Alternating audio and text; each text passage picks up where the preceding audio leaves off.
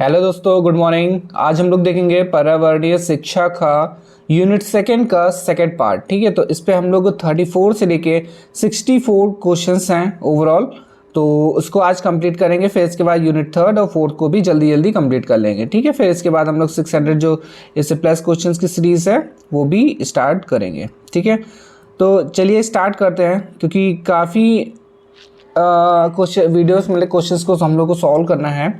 ठीक है, तो पहला क्वेश्चन इस पे दिया गया है, निम्न में से कौन से पद्धति परंपरा पद्धति कहलाती है। तो ऑप्शन दिया गया प्रयोगशाला पद्धति, पाठ्य पुस्तक पद्धति, या फिर भाषण पद्धति, या फिर बी और सी दोनों।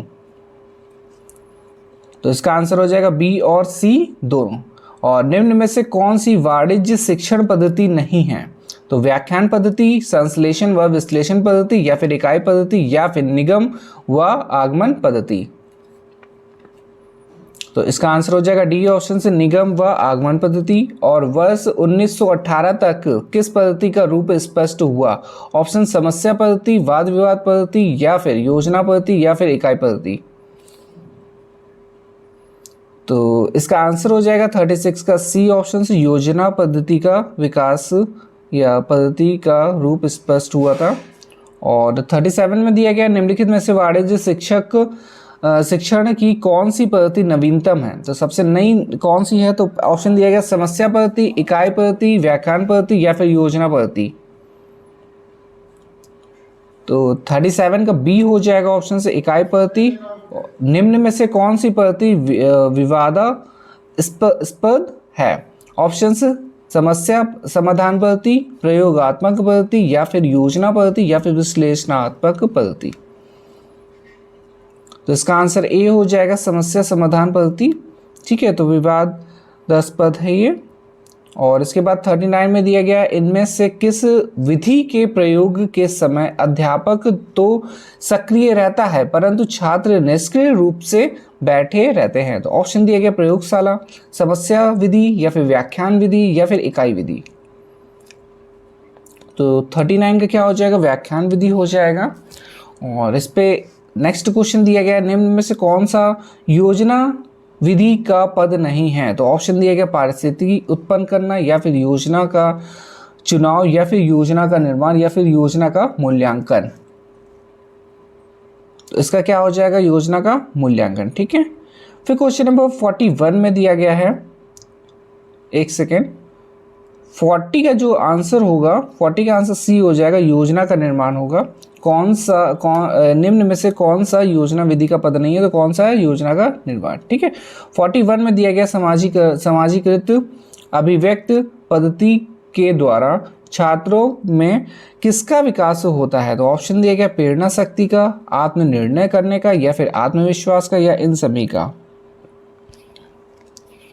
तो इसका आंसर हो जाएगा इन सभी का। ठीक है, और 42 में दिया गया, मस्तिष्क प्रबलन संवेदनशील आव्यूह का विकास किया। तो किसने किया, स्टोलुरो ने, या फिर किलपैट्रिक ने, या फिर स्किनर ने, या फिर ओसबर्न ने। तो मस्तिष्क प्रबल से संवेदनशील आव्यूह का जो विकास किया था वो ओसबोर्न ने किया था। डी ऑप्शन हो जाएगा, डी ऑप्शन। ठीक है, 42 का डी हो गया। और फिर इसके बाद 43 में जो दिया गया है, शिक्षण विधियों एवं शिक्षण जो व्यू हैं रचनाओं में अंतर होता है। तो किस चीज़ का अंतर होता है ये बताना है।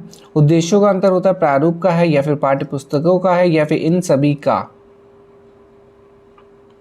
तो इसका आंसर हो जाएगा ए ऑप्शन से, उद्देश्यों का होता है। और प्रभुत्ववादी शिक्षण से आव्यूह में शामिल नहीं है। तो अनुवर्ग शिक्षण से, अभिक्रमित अनुदेशन से, ऐतिहासिक खोज, या फिर ये सभी।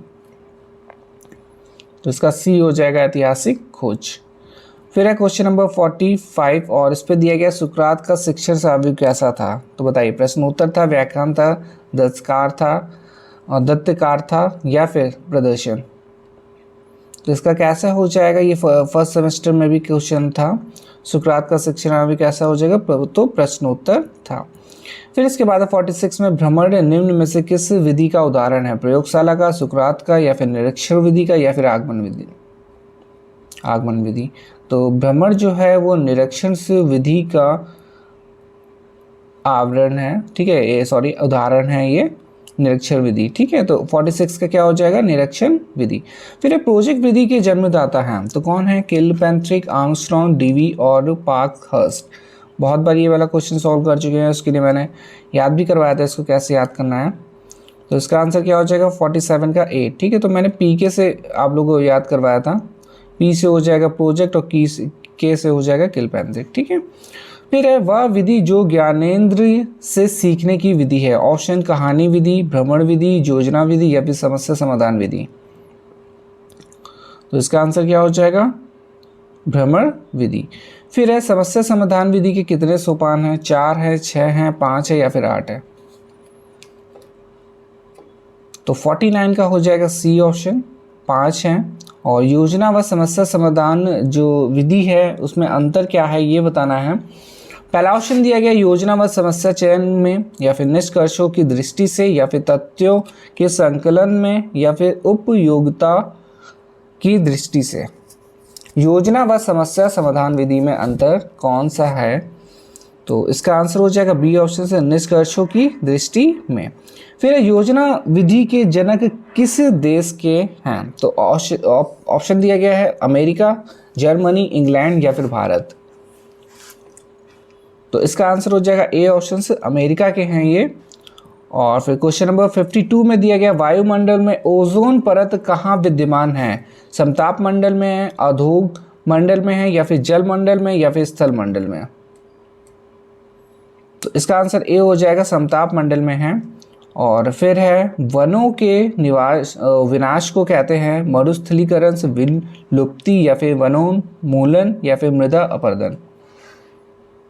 तो 53 का सी हो जाएगा। और फिर इसके बाद वनोन्मूलन का प्रभाव क्या है, तो इसमें बताया गया पहला है मृदा अपरदन में कमी, जलवायु का संतुलित होना या फिर वन जीवों का विनाश या फिर भूमिगत जल का स्तर का बढ़ना। तो 54 का सी हो जाएगा, वन्य जीवों का विनाश। अब देखिए, अब सीधी सी बात है कि अगर वन नहीं रहेंगे, ठीक है, तो वन नहीं रहेंगे तो जीव में भी थोड़ा सा इधर उधर हलबली मचेगी और वो कहाँ पे आएंगे फिर, जैसे कि अभी भी सुना होगा कि सिटी में आ जाते हैं जानवर से, जंगली जानवर। तो वही है कि जब हम लोग उनके घर में जाएंगे तो वो भी क्या है, हम लोग के घर में भी आएंगे। फिर 55 में दिया गया है 55 क्वेश्चन नंबर में कि वन संरक्षण का उपाय है वृक्षारोपण या वन संरक्षण या फिर ए बी और या फिर इनमें से कोई नहीं। तो 55 का सी नंबर हो जाएगा, ए और बी दोनों हैं इसके। और फिर 56 में दिया गया हरित प्रभाव का मुख्य कारण है। तो हरित प्रभाव का मुख्य कारण क्या है, कार्बन डाइऑक्साइड है या फिर नाइट्रोजन है या फिर हाइड्रोजन पर ऑक्साइड है या फिर कार्बन मोनोऑक्साइड है।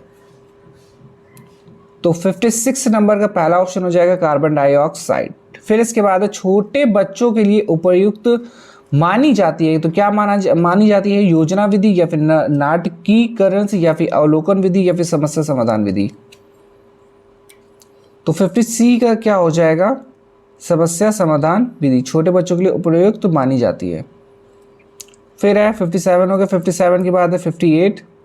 और ताजमहल को खतरा है, तो किस चीज़ से खतरा है, CO2 से, SO2 से या फिर O2 से या फिर N2 से।